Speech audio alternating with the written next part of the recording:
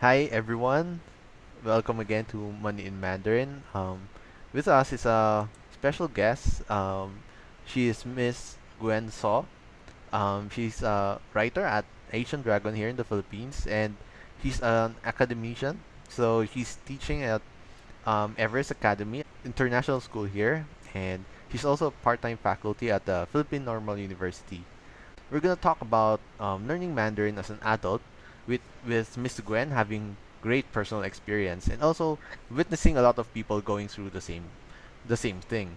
So, is it really possible for an adult to learn Mandarin? So we'll talk with her about it, and yeah. So welcome, Miss Gwen, to Money in Mandarin. Hello, Alan. Hello. So yeah, so we'd like to know a little bit more about you. Okay.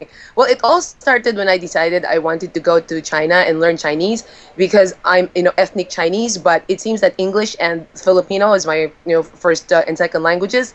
So I decided to just go to Beijing because my sister said that the, Chinese there was a bit different than the Mm-hmm. ones we're learning here in the Philippines. And I was curious, basically because it's, we're ethnic Chinese and we don't know anything about it.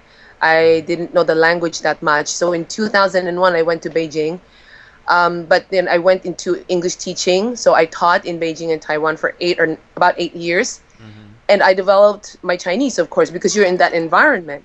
And then when I came back to the Philippines, there was a very big demand for Right. Mandarin teachers, Mm-hmm. even though I was an English teacher. And so Mm-hmm. what happened is I got into Mandarin teaching. I started in 2009. I managed a language center, which was a franchise from Hong Kong. And then I started teaching, tutoring. And then schools started to get me because they really needed faculty.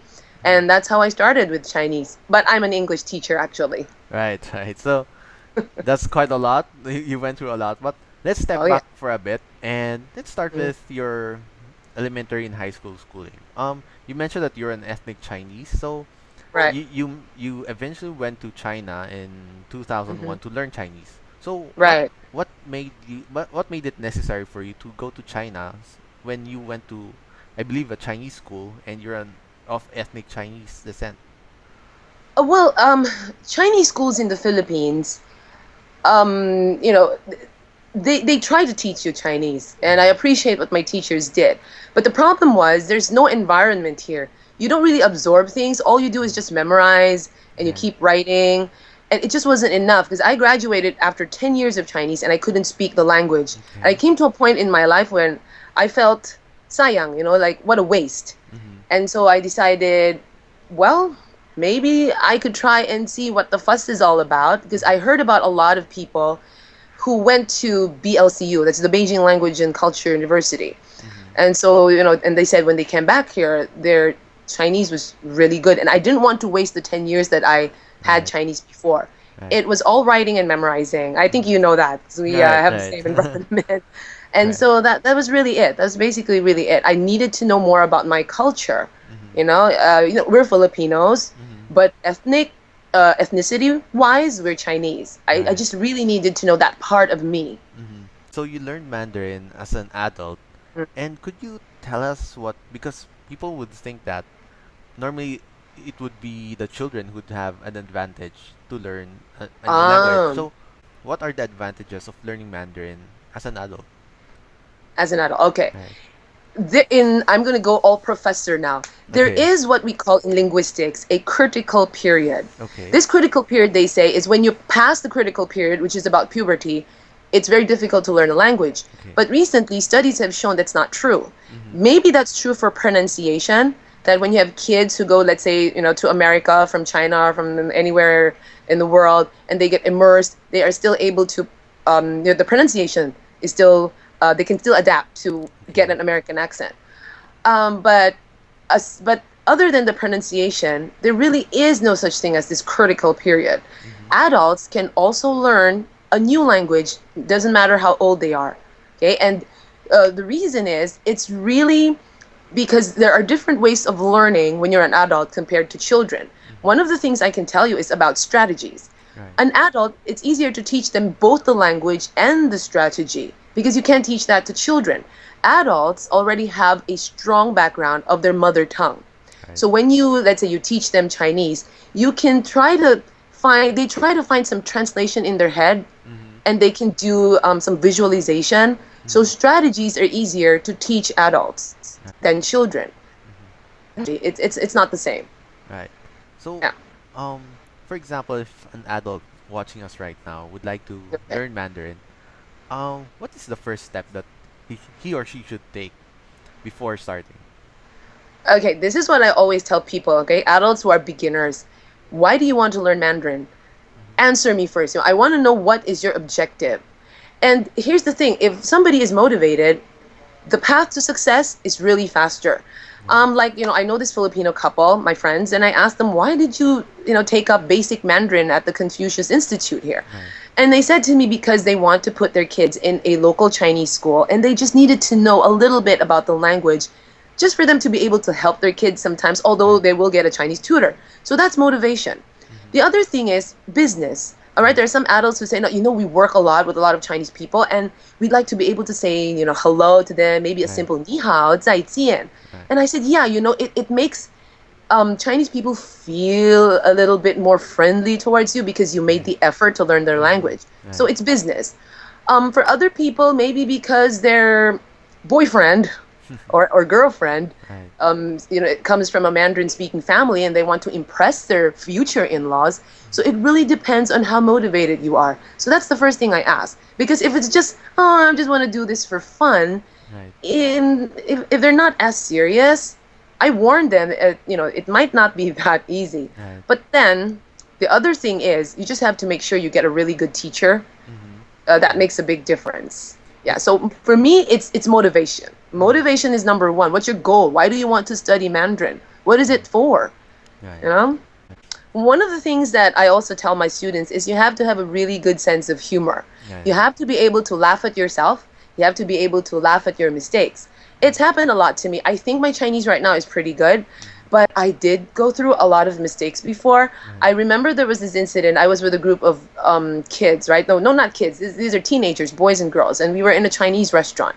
And I was trying to practice my Chinese, and I wanted to order a napkin, a serviette, okay?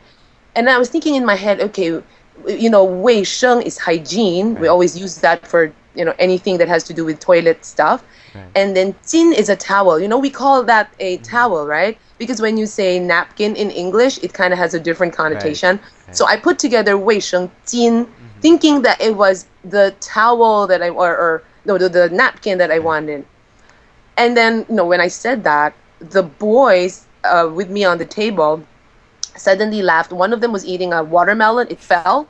Right. And then the girl that I was with turned red. Right. And I was like, what happened? Because I was, shouting to the waiter, oh, 服务员,卫生巾,卫生巾. And they said to me that 卫生巾 is sanitary It's a sanitary napkin. pad. Right.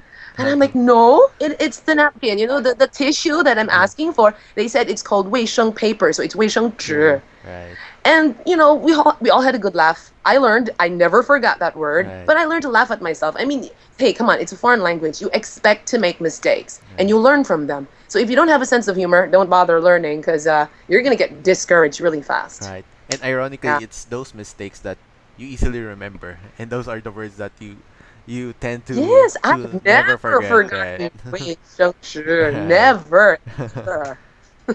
So Yeah, I mean, I yeah. shouted in the restaurant. Uh-huh. So you learned Mandarin as well as I Mhm. in China. But so how Right, important right. is environment in learning the language? And could you do it even if you're not in a Chinese speaking country? Okay, well, I I didn't learn Chinese in China, right? I was learning it already here since grade 1 up to fourth year high school, which is about 10 years. But the problem was there was no environment. Right. So that was an issue. I enrolled at Chiang Kai-shek. We even had a fancy speech lab and I had to learn some dialogues. But my feeling then was I was just going through the motions because I knew at the end of the lesson there was going to be a program where you role play. I think I played a mom or something. But you were just going through the motions. So you memorize the words, but you don't really feel any urgency. Mm-hmm. But when I went to China, okay, with very little verbal Chinese. I could write, but I couldn't speak. What happened was I found myself in a situation where it was really survival. Mm-hmm. If I don't ask in Chinese and I'm lost, okay, I will never go home. If I need to buy something and I don't ask in Chinese, I might never buy it, and I might end up buying dog meat instead of pork. Right, So right. that was pretty strong Uh-huh. motivation. So I think the environment really plays a very important role. That's what you call real immersion. I Mm-hmm. don't believe in what they say that like here in the Philippines we have an hour of Chinese every day, and they want, a lot of traditional teachers want to teach kids an hour of pure Chinese, no translation, no English, no anything, just pure, because they want to call it immersion. Right. For me, that's not. There's no environment outside. You're creating an artificial environment in the Mm-hmm. classroom. So the thing about today is you have the computer, and you can watch something that's happening in with China in the background, so it Mm-hmm. helps a little bit. And what I do when I teach is I try to simulate an environment in the classroom, but that's only as far as you can go because you don't have it outside. Our TV shows are not showing anything in Mandarin. Mm-hmm. I mean, there's nothing outside. Nobody will talk to you in Mandarin out in the streets. So Right. environment is very important. It Right. really is. And also I think the like technology could help you reach out to like Yes. native speakers through like what we do. We're doing it, conversation on Skype, so you Uh could do huh. that as well with native speakers, which you couldn't do before. Like, Yes, yeah, yes, right, exactly. But you have to make the effort. You have to right, find somebody, that you can converse with. The important thing is you just keep practicing. I mean, mm-hmm. it's like a muscle. Right, If you don't use it, you lose it. mm-hmm. So yeah, that's a good thing. So and yeah, but I still think that it's a lot different when you really are in a Chinese speaking environment. It makes a big difference, Right, really big. right. So, 就这样. right. Mm-hmm. Then, as in your experience as a teacher, we talked Yeah, about those who quit in the middle of the yeah, they do. curriculum.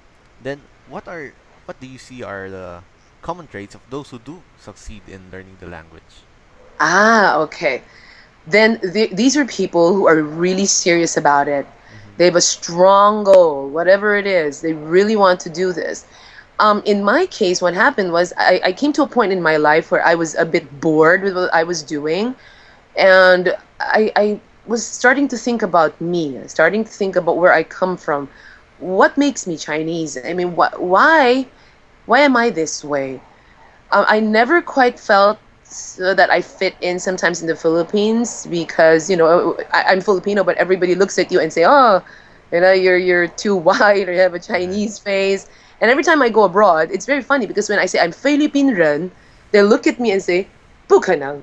right, I'm like, yeah. So I say, oh, 我是 Philippine 华人, I'm Filipino Chinese. And then they right, understand. So I just needed to, my motivation, back then was really strong to find out more about myself. mm-hmm. And so I think a common trait really is this strong motivation. I want to learn Chinese because blah, blah, blah, whatever the Right, reason is. Yeah. right, So, and they stick by it. I think it's people who really know how to make a commitment. mm-hmm. All right. And it's not just learning Chinese for fun. Common trait would really be somebody motivated. They see something in the future where they can be, where Chinese is an advantage for them Right, so that right. they can learn. So, yeah, I guess we've talked about learning as an adult, and we have, yeah, as we can see with Miss Gwen, we have proven that you could really learn it as an adult. And 会啦，可以，没问题. It's possible. All languages, there's no limit. Again, the critical theory is only really for pronunciation, but then not even. There will be some adults who will learn their pronunciation even though they're older. So it really mhm, depends on the person, how much effort they put into learning. right, Yeah, and and it's good to learn a language. Okay, they say it prevents Alzheimer's disease. I think that's a good motivation. right, right. I'm I've scared heard of that. that. I'd heard of that as well. Yeah. Because you need to stimulate the brain. So even people who retire early, they need to do something that would stimulate their mind so that it would Yes. develop, Right. even if like you're tired and you stay at home. So learning a Hmm. language and doing crossword puzzles are a great Yes, way yes, of doing yes. that. Right. so I agree. so yeah. So thank you very much for your time, Miss Gwen. Okay, I hope I And was able to help your viewers. yes, and we're looking forward to talking to you in the future, right? 可以. Right. All right, that would be great. Right. So see you next time. All right, 再见.